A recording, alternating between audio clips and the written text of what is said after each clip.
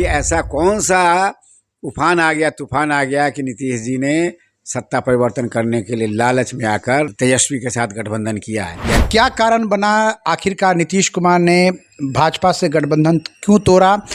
एक प्रश्न सर जो है वो काफ़ी तेज़ी से गूंज रहा है कि नीतीश कुमार जो है प्रधानमंत्री बनना चाह रहे हैं।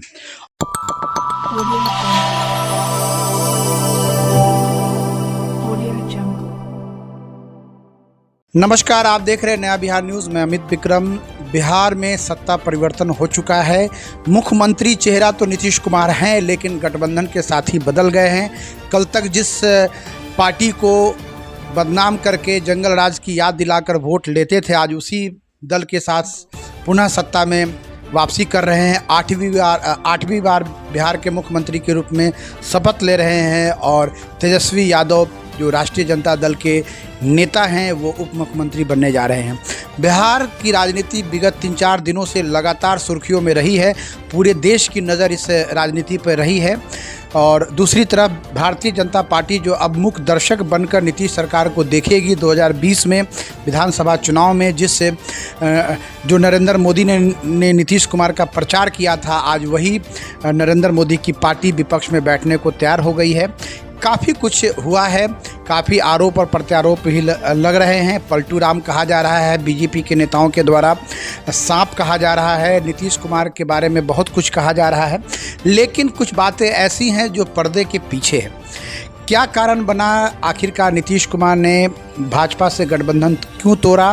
जिस भाजपा ने करीब 5 बार उनको मुख्यमंत्री बनाया, 15 साल का साथ रहा और अचानक फिर सब कुछ ठीक चल रहा था, आप सरकार में थे, फिर अचानक से गठबंधन तोड़ा। काफ़ी कुछ प्रश्न हैं जो जनता उसका उत्तर जानना चाहती है और आज इसी कड़ी में हम भारतीय जनता पार्टी के मुजफ्फरपुर के पूर्व जिला अध्यक्ष रविंदर कुमार जी के साथ बैठे हुए हैं। रविंदर कुमार जी जो अभी प्रदेश कार्य समिति में भी हैं, भाजपा के प्रदेश कार्य सदस्य भी हैं, प्रदेश उपाध्यक्ष भी रहे हैं और भारतीय जनता पार्टी की राजनीति के लिए काफ़ी सक्रिय भी रहते हैं। हम उनसे बात करेंगे कि सर, सबसे पहला प्रश्न जो जनता भाजपा के नेताओं से पूछना चाहती है कि आखिरकार क्या वजह रही कि नीतीश कुमार ने भारतीय जनता पार्टी का साथ छोड़ा? देखिए, नीतीश कुमार जी की आदत रही है और लालू यादव जी ने ही कहा था कि ये पलटू राम है और सांप की तरह केचुआ छोड़ते हैं और ये सांप है। ये कोई भारतीय जनता पार्टी नहीं कहा था।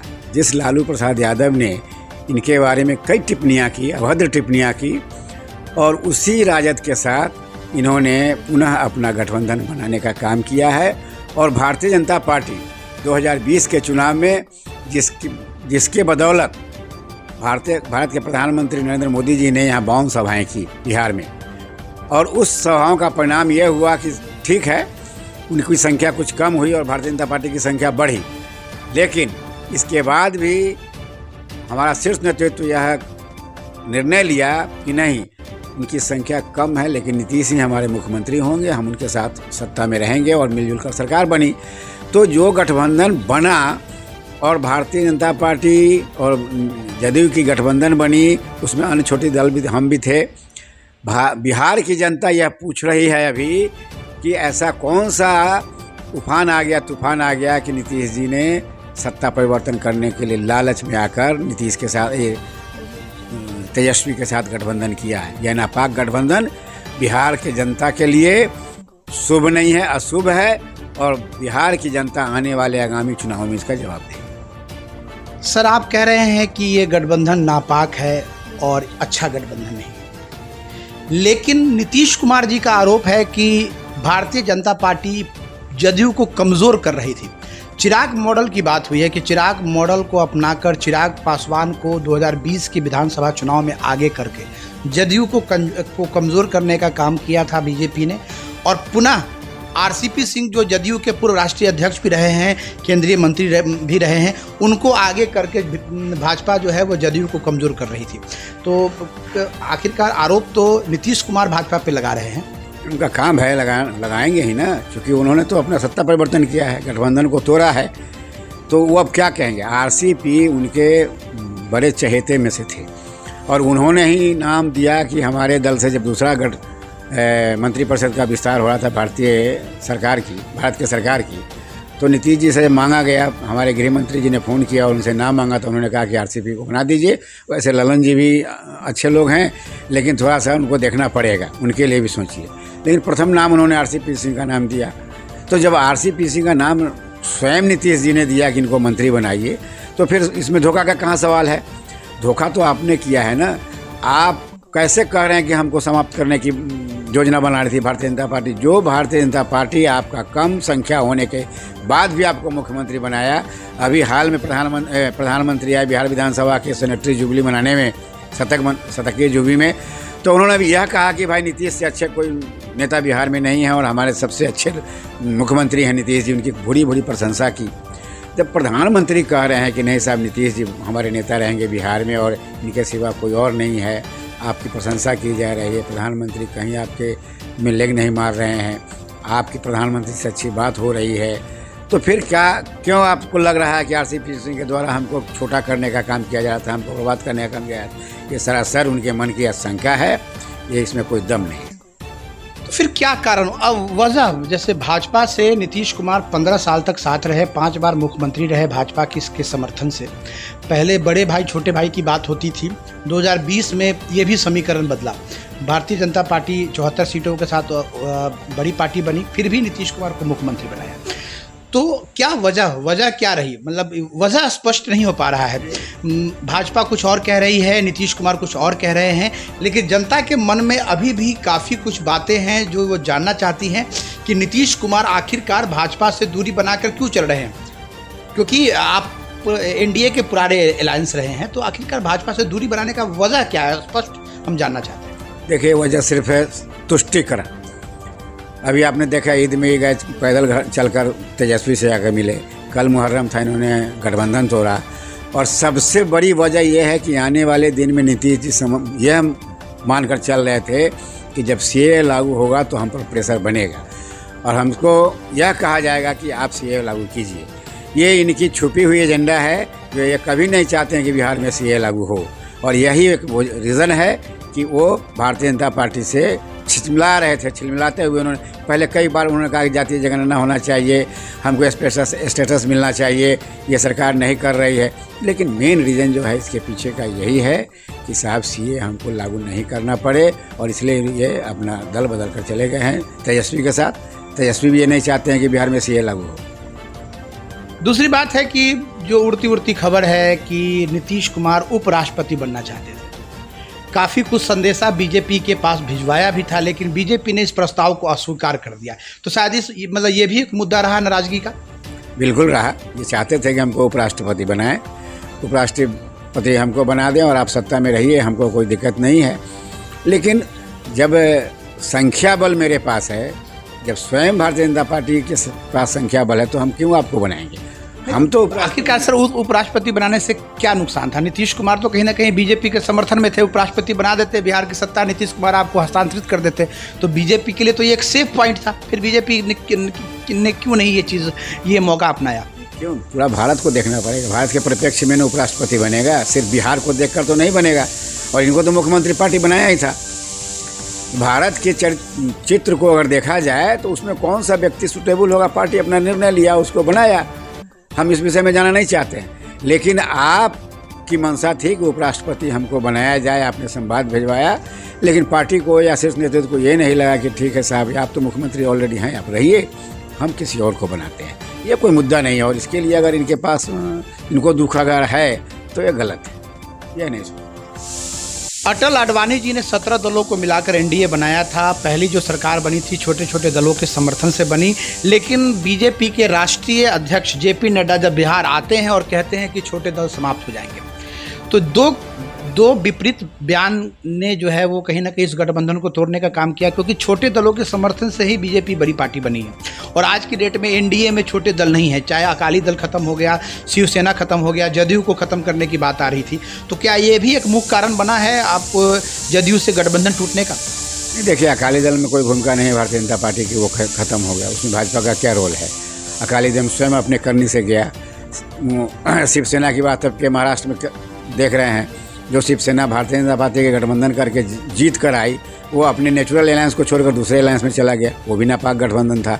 तो ये छोटी छोटी पार्टियाँ अपने करनी से समाप्त हो रही है ना, उसमें भाजपा का क्या रोल है? भारतीय जनता पार्टी का जनाधार बढ़ रहा है, जनता चाह रही है कि भाजपा जीते, भाजपा आए, सरकार में सत्ता में आए, राष्ट्रीय लेवल से लेकर नीचे उतर कर राज्यों में भी आए। तो इसमें भाजपा का दोष नहीं मैं मानता हूँ, ये उनकी अपनी करनी की गाथा है जिसे वो समाप्त हो रहे हैं।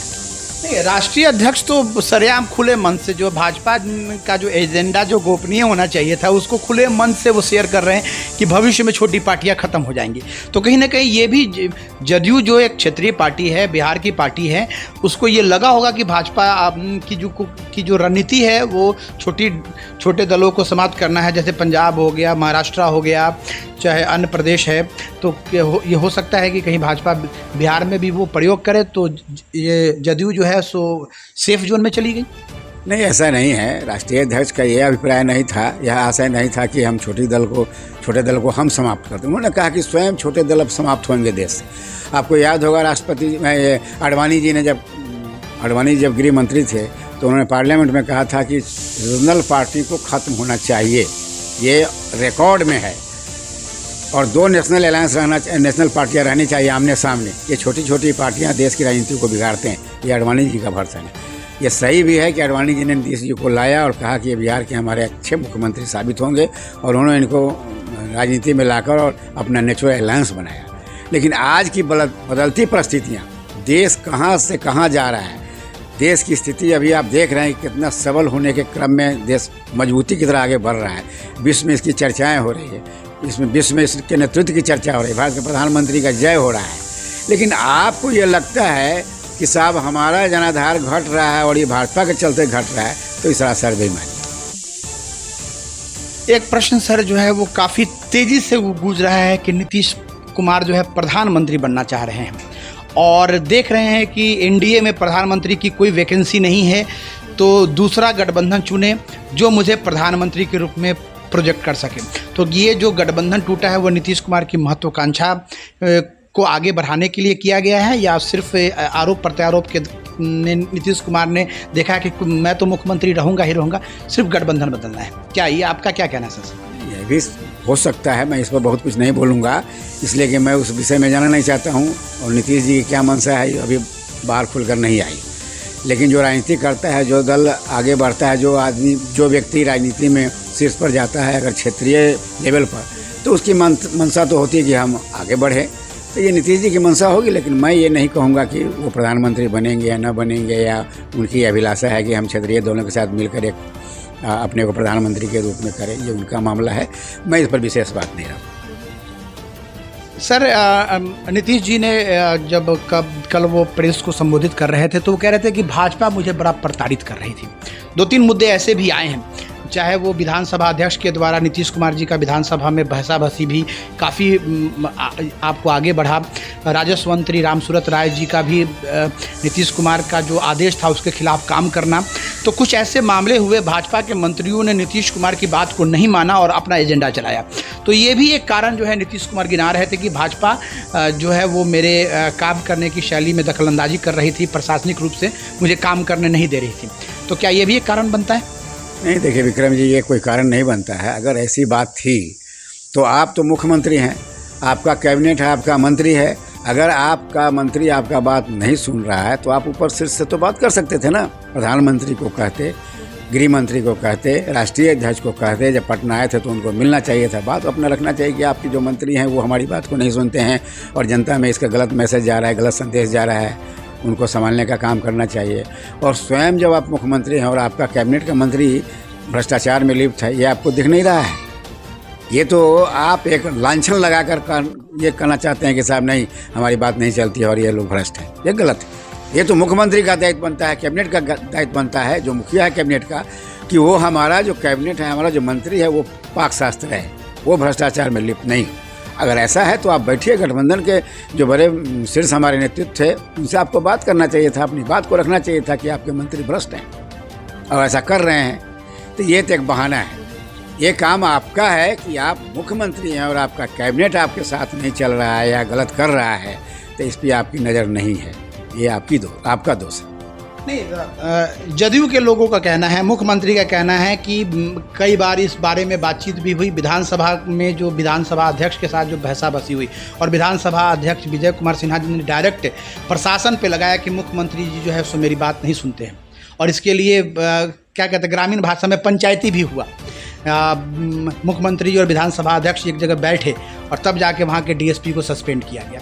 तो कहीं ना कहीं ये जो मतभेद है, इसकी पृष्ठभूमि पहले से तैयार हो रही थी। नीतीश कुमार इसका इंतजार कर रहे थे कि कुछ मतभेद बढ़े और मैं कुछ लांछन लगाकर अपना रास्ता पकड़ लूँ। क्या इस बारे में आप क्या कहना चाहिए? एकदम सही बात है। विधानसभा अध्यक्ष के साथ जो उनका बिहेवियर था, उनका जो व्यवहार हुआ, ये सरासर गलत था, और ये दर्शाता है कि आपके मन में खोट है कि आप हम जो झगड़ा किसी न किसी रूप में करें, और यही एक कारण बने कि गठबंधन टूट जाए।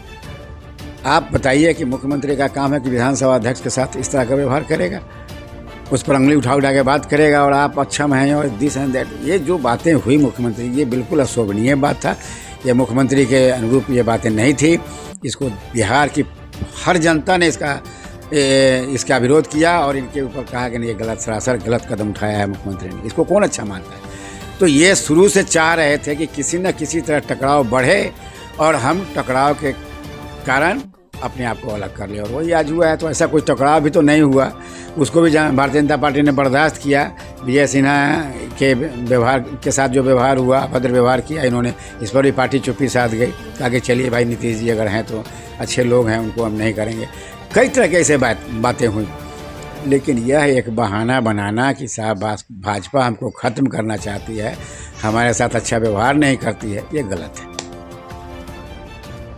रविंद्र जी का स्पष्ट कहना है कि नीतीश कुमार का जो आरोप था कि भाजपा जदयू को ख़त्म करना चाहती थी, ये स्पष्ट ये निराधार है, इसका कोई आधार नहीं है। और क्योंकि 43 सीट और इधर 74 सीट, अगर भाजपा का अगर प्लान अगर जदयू को ख़त्म करने का होता तो निश्चित तौर पे सरकार ही अल्पमत में रहती, क्योंकि दूसरा कोई अलायंस नहीं था आपकी मदद करने के लिए। ये बात तो स्पष्ट है सर। दूसरी बात है सर, जो जदयू के लोगों का कहना है, जदयू नेताओं का कहना है कि भाजपा अपने प्रदेश अध्यक्ष से लगातार हमारी सरकार पे हमला, क्योंकि संजय जायसवाल ने कई बार नीतीश सरकार के ऊपर हमला किया, कई बार कुछ बातें ऐसी कहीं जो लोगों को भी पसंद नहीं आया, खासकर शराबबंदी के मुद्दे पर, जो भाजपा स्पष्ट रूप से नीतीश कुमार के साथ नहीं थी। आप क्या कहना चाहते हैं सर? देखिए, प्रदेश अध्यक्ष की बात पर तो मैं कोई टिप्पणी नहीं करूंगा, लेकिन शराबबंदी बिहार में बिल्कुल गलत हुआ है। गलत इन सेंस कि शराब रहना अच्छी बात नहीं है, लेकिन आप जिस शराबबंदी को लागू करके और लोग आज मर रहे हैं शराब पीकर, रेवेन्यू राज्य का ख़त्म हो रहा है, आप इसका एक नियति बनाते, इसको किस तरह से लागू किया जाए, सख्ती करते कि साहब हमारे राज्य में गलत शराब नहीं आए, गलत लोग शराब नहीं पिए। आज आप शराबबंदी हुई और आप डेली देखते हैं कि कहीं ना कहीं 4 आदमी 13 आदमी 21 आदमी मर जाता है। तो क्या ये सही है? इसको आप सही मानते हैं?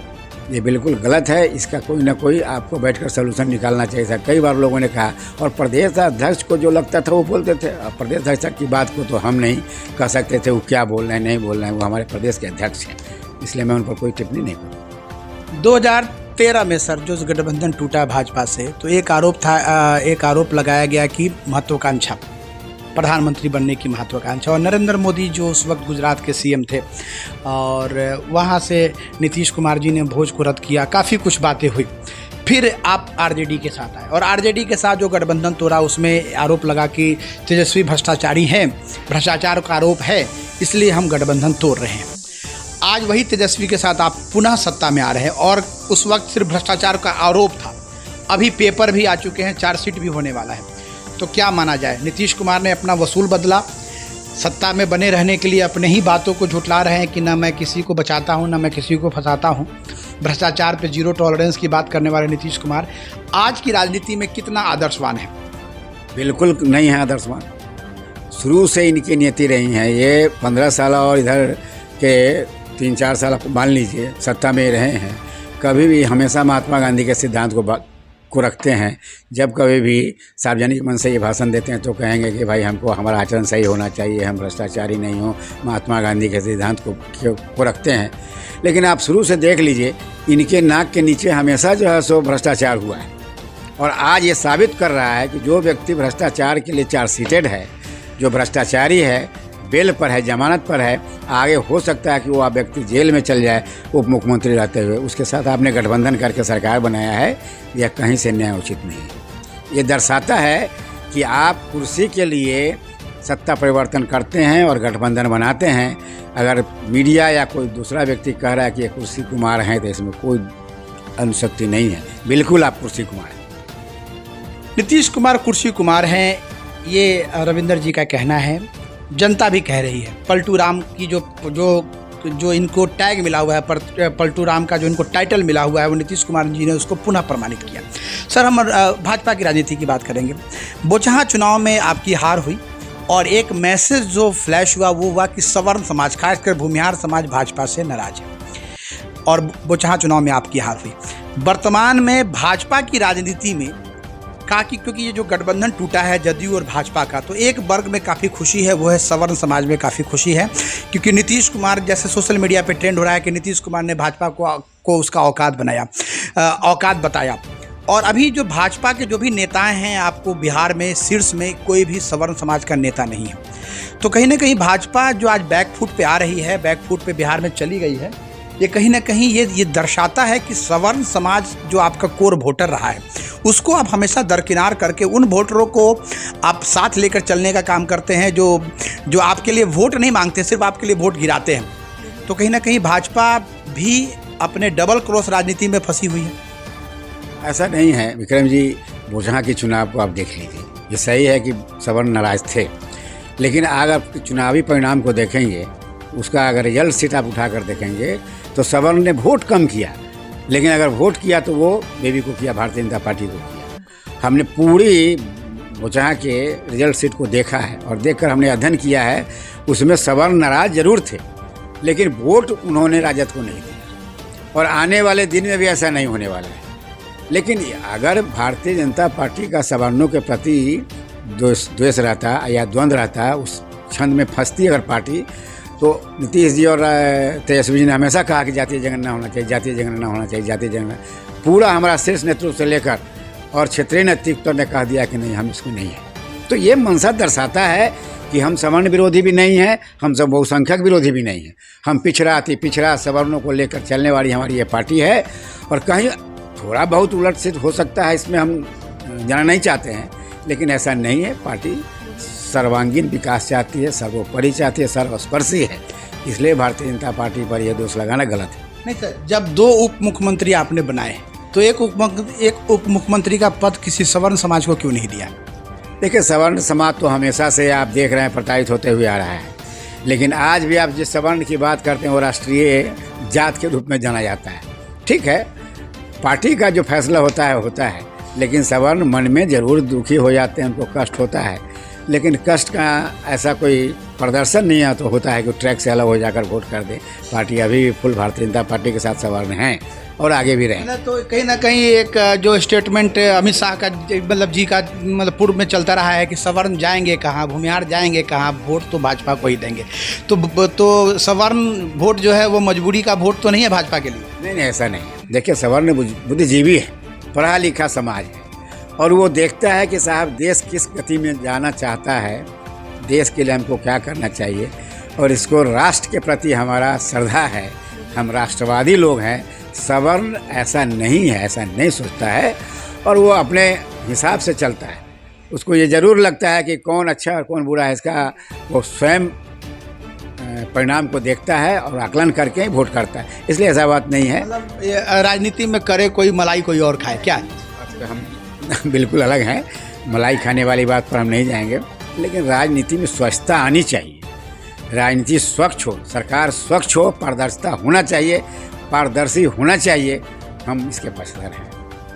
भारतीय जनता पार्टी हमेशा ईडी और सीबीआई का इस्तेमाल विपक्षी लोगों पे करती है। बिहार में अभी ऐसा नहीं देखा जा रहा है। बिहार में भारतीय जनता पार्टी अभी तक तो कोई आक्रामक रूप में अभी नहीं आई है, लेकिन आज से लग रहा है, क्योंकि पूरे भारतीय जनता पार्टी के लोग पटना में विरोध प्रदर्शन कर रहे हैं नीतीश कुमार के खिलाफ, जनादेश को अपमानित करने के खिलाफ। तो क्या लगता है कि आने वाले टाइम में भारतीय जनता पार्टी ईडी और सीबीआई का इस्तेमाल कुछ मंत्रियों पे करेगी, उनके भ्रष्टाचार को और उनके ऊपर कुछ जो चार्जेस लगे हुए हैं उसको मतलब खोलने के लिए, उसको जानने के लिए करेगी क्या?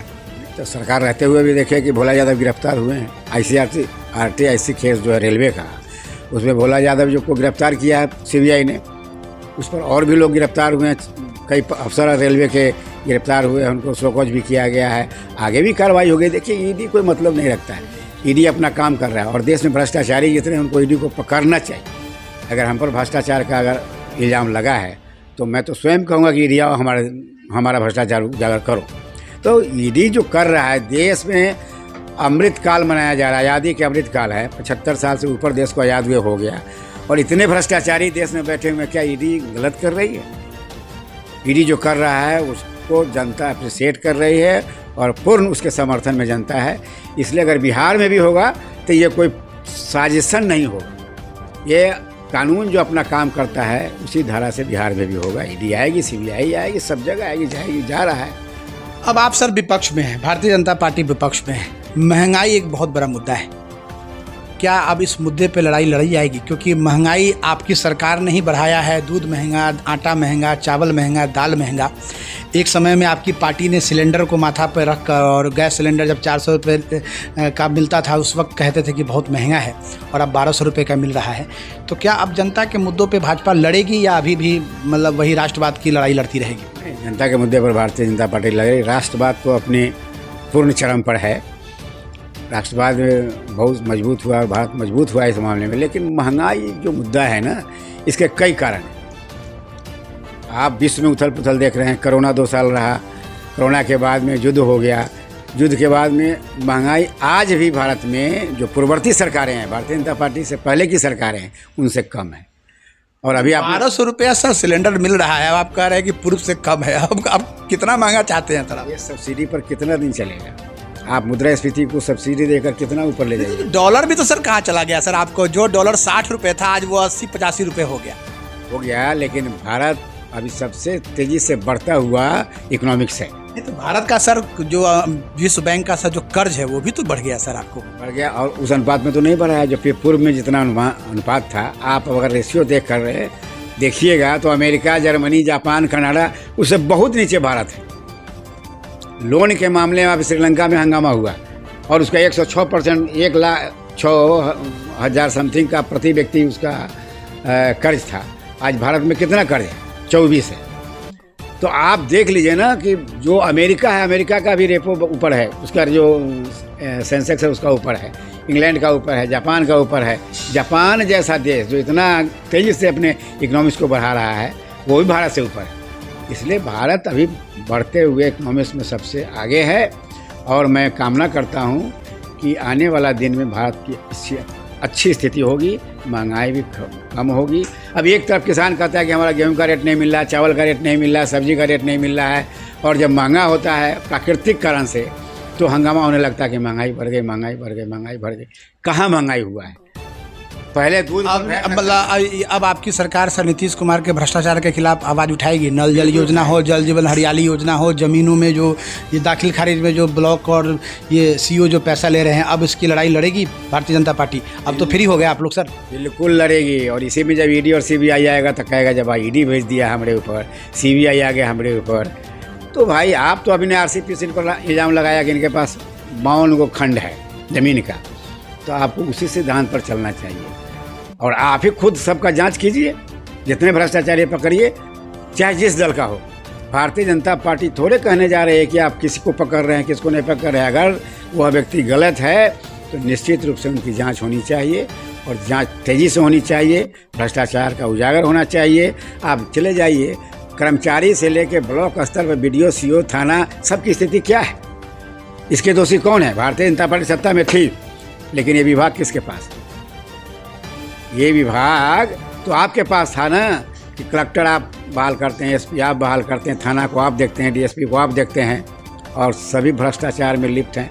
और आप इल्ज़ाम लगाइए कल कि भाई हम तो कुछ थे ही नहीं, चलने वाला है, ऐसा नहीं होता है।